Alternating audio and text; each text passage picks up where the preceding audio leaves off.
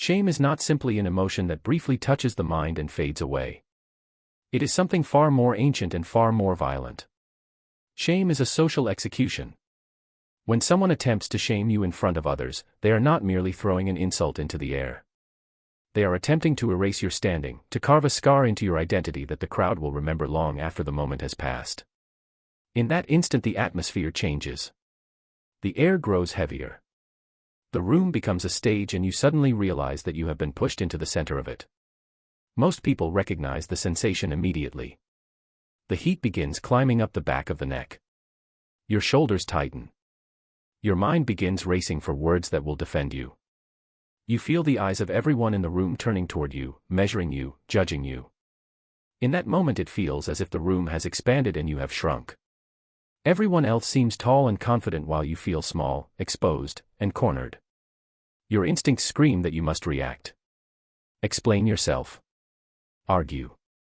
Prove them wrong. Or even worse, apologize just to end the discomfort. But there is a brutal truth about social power that most people never realize. The moment you react emotionally, the moment you scramble to defend yourself, the social battle is already lost. The person who attacked you has successfully pulled you into their frame of reality.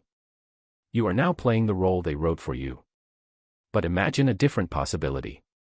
Imagine if that surge of humiliation could be reversed with a single psychological shift. Imagine if the heavy burning pressure of shame could be redirected like a current of electricity back toward the person who tried to weaponize it. Not through shouting. Not through anger. But through something so unexpected and precise that the attacker suddenly finds themselves exposed in front of everyone. For centuries, strategic thinkers understood that social conflict is not won through force alone. It is won through control of perception. Those who mastered the psychology of power learned how to reverse attacks without appearing aggressive. They learned that silence, timing, and emotional control could dismantle an opponent far more effectively than any heated argument ever could. Most people believe the opposite of shame is pride. They think the cure for humiliation is to fight back loudly and prove their strength. But pride is still a reaction. Pride still depends on the opinions of others. The real opposite of shame is indifference. And true indifference is terrifying to the person who is trying to control you. However, reaching that level of indifference requires something difficult. It requires killing the desperate need for validation that lives inside most people.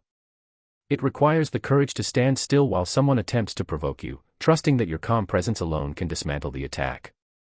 To understand how this works, you must first understand what is happening inside your body.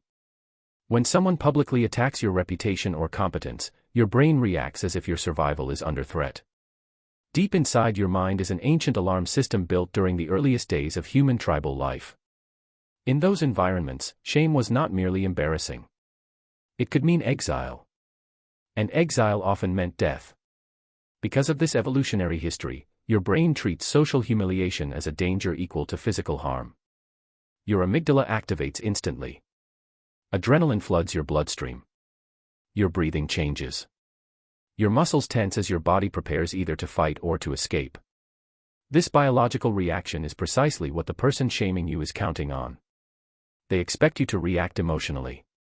They expect you to raise your voice, stumble over your words, or look down in embarrassment. When you do these things, you confirm the narrative they are trying to create about you. You become the character they wrote into the social script. Strategic minds do not follow instinct blindly. They override it. The first step to dismantling a public shaming attempt is realizing something that changes the entire situation. The attack has almost nothing to do with you. Shame is usually projection. People rarely attempt to humiliate someone who poses no threat to them. When a person tries to publicly reduce your status, they are often revealing their own insecurity. They are signaling that they feel challenged by your presence in some way. A confident and fulfilled person has no reason to diminish others. Only someone struggling with their own sense of worth feels compelled to do that. The attack itself becomes evidence of their internal tension. It is a confession disguised as an insult. Once you truly understand this, something remarkable happens. The burning sensation of humiliation begins to fade. Instead of feeling like the victim of the moment, you begin to observe the moment from a distance. You become the calm observer watching a psychological performance unfold. And the observer is always the most dangerous individual in the room. Now we arrive at one of the most powerful tools in social dynamics, the void. Most people cannot tolerate silence. Conversation flows like a current, and when someone throws an insult into that current, a sudden vacuum appears. Human beings instinctively rush to fill that vacuum. They laugh nervously. They defend themselves. They talk quickly to remove the awkwardness. But silence, when used intentionally, becomes a weapon. When someone attempts to humiliate you publicly, the most destabilizing response is often no response at all. Not the silence of fear, but the silence of deliberate control. The silence of someone who is calmly evaluating whether the attack is even worth acknowledging. When the insult lands, remain completely still. Keep your posture relaxed. Maintain steady eye contact. Do not smile nervously. Do not frown. Do not rush to respond. Let the moment breathe. Inside your mind, count slowly to 3. Those 3 seconds can feel like an eternity to the person who attacked you. They expected immediate resistance or embarrassment. Instead, they encounter a wall of calm indifference. During those seconds, the entire social dynamic begins to shift. The people observing the interaction initially watch you, waiting for your reaction. But when none appears, their attention turns back toward the attacker. Silence amplifies behavior. The longer the pause lasts, the more visible the attack becomes. Without a reaction from you to absorb the tension, the weight of the moment settles onto the person who created it. They begin to question themselves. Did the comment land correctly? Did it sound harsher than intended? Are others judging them for it? That discomfort grows rapidly. Humans are deeply sensitive to social awkwardness. The person who attempted to embarrass you suddenly finds themselves sitting in the very tension they tried to place on you. Often they will attempt to escape that tension by softening their words. They might say they were joking. They might laugh nervously or try to change the subject. These reactions reveal something important. Their confidence has cracked. Silence forces people to confront their own behavior without the shield of argument. It holds a mirror in front of them. After the pause, if you choose to speak, your words should not defend you. Defense accepts the premise that you must justify yourself. Instead, shift the focus toward their behavior. A simple question delivered calmly can completely reverse the social frame. You might tilt your head slightly and ask whether they are all right. You might calmly observe that their comment sounded unusually aggressive. You might say that it was a strange thing to say in front of others. Notice what happens when you do this. The conversation is no longer about your supposed flaw or mistake. The conversation becomes about their conduct. This is a powerful inversion. Instead of you defending yourself, they begin explaining themselves. Sometimes the most effective tactic is agreement delivered with calm confidence. When someone points out a flaw or mistake, acknowledge it without shame. If you are comfortable with your imperfections, the attack loses its power instantly. People expect denial or embarrassment.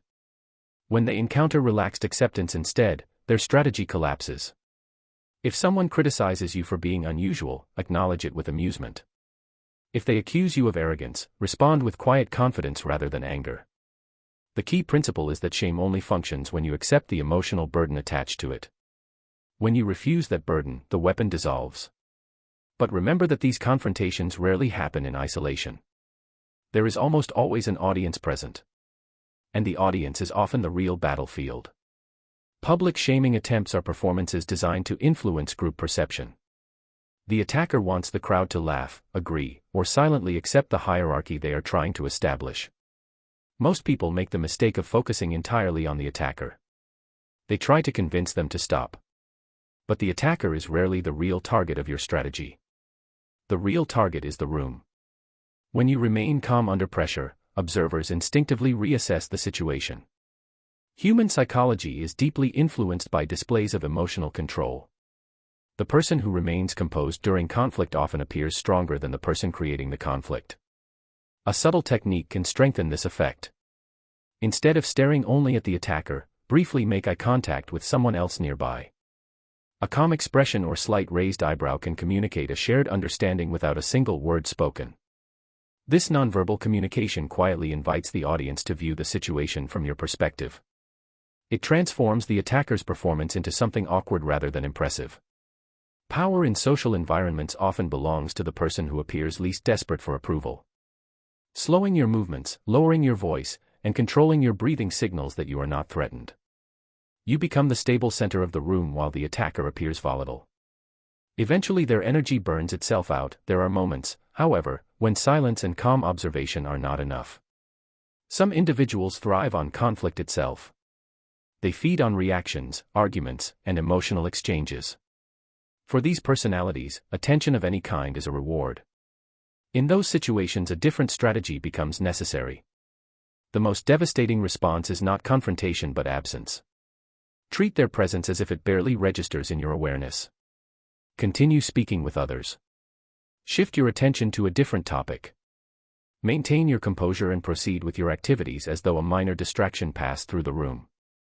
This form of deliberate indifference communicates something powerful. It suggests that the person attempting to provoke you does not occupy enough importance in your mental landscape to receive a reaction. Psychologically, this can be deeply unsettling. Human beings are wired to seek recognition. Even negative attention confirms existence within the social group. But indifference denies that recognition entirely. The louder they become, the calmer you remain. Eventually their behavior begins to look excessive and irrational to everyone watching. They reveal themselves through their own escalation. But techniques alone are not enough. True mastery requires something deeper, the construction of an internal fortress. If your self-worth depends entirely on the approval of others, every insult will penetrate your defenses. You will constantly search the faces around you for validation, fearing that someone else's judgment might define you. Real psychological resilience begins when you reclaim authority over your own value.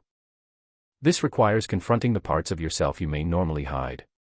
Past mistakes, insecurities, failures, and imperfections must be examined honestly rather than buried beneath denial. When you accept these elements of your own story, they lose their power to be used against you. A person who understands their own strengths and weaknesses clearly cannot easily be shaken by external accusations. If someone calls a lion a mouse, the lion does not panic. It continues walking because it knows its own nature. Self-knowledge creates stability. With that stability comes a profound shift in perspective. Instead of entering rooms wondering whether people will approve of you, you begin evaluating whether their behavior deserves your respect. The psychological hierarchy reverses. Occasionally, a precise verbal response may still be necessary. When that moment arrives, brevity is essential. Long explanations appear defensive. Short statements delivered calmly carry far greater weight. A carefully chosen question can expose the motives behind an insult. Asking someone whom they are trying to impress in that moment immediately reveals the performative nature of their behavior. Another powerful tactic is asking the person to repeat their comment. When individuals are required to repeat an insult in front of others, its cruelty becomes more obvious and its impact weakens. Many will retreat rather than say it again. There is also the strategy of compassionate reframing. By responding with calm concern rather than anger, you position yourself as the emotionally stable participant while subtly suggesting that the attacker may be acting from frustration or insecurity. This creates a psychological double bind. If they continue attacking, they reinforce the perception that they are unstable. If they stop, they silently concede the frame you created. After the exchange ends, the final step is disengagement. Do not linger or seek confirmation from the audience. Redirect your attention elsewhere and continue with your activities as if the moment were insignificant. Attention is the most valuable resource in any social environment. Withdrawing it sends a clear signal that the interaction held no real importance for you.